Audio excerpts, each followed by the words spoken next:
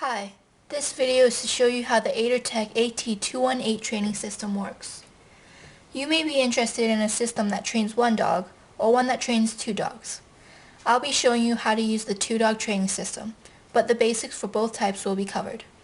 For the first 3 times charging the receivers, you should make sure that they're charged for 8 hours, regardless of what they indicate. So here we have the fully charged receivers. You can tell with this one because both the red and blue lights are solid. The lights go off once the receivers are unplugged. There are 5 buttons on the remote that I will talk about in this video.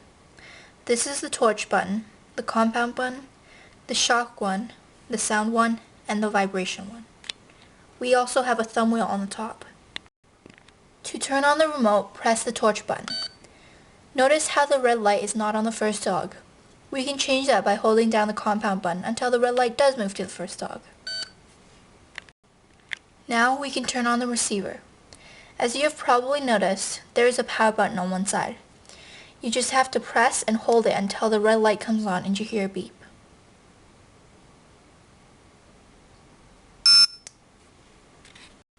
You should immediately press one of these 4 buttons to match the receiver to the remote. The red light should turn off. By pressing and holding down the compound button, we can move the red light to the second dog. You can now turn on the other receiver and match it just like you matched the first one.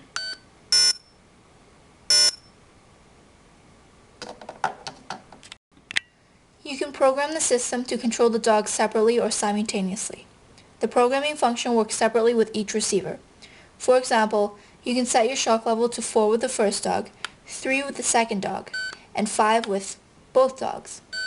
Of course, you can change all of them to be at the same level too.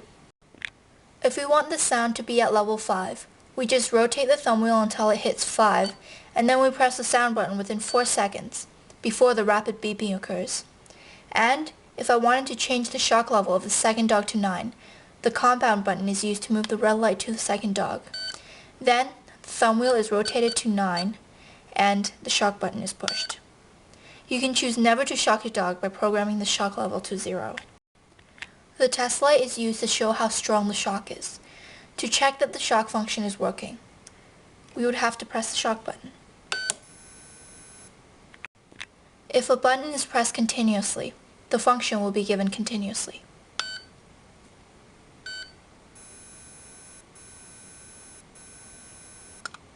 If we want the beeping, vibration, and the shock to be used at the same time, we can press the compound button.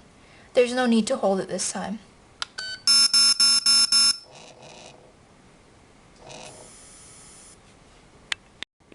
The automatic anti-barking function is intelligent in that it decreases the chance that an outside source, for example, the sound of a car passing by, will trigger the receiver.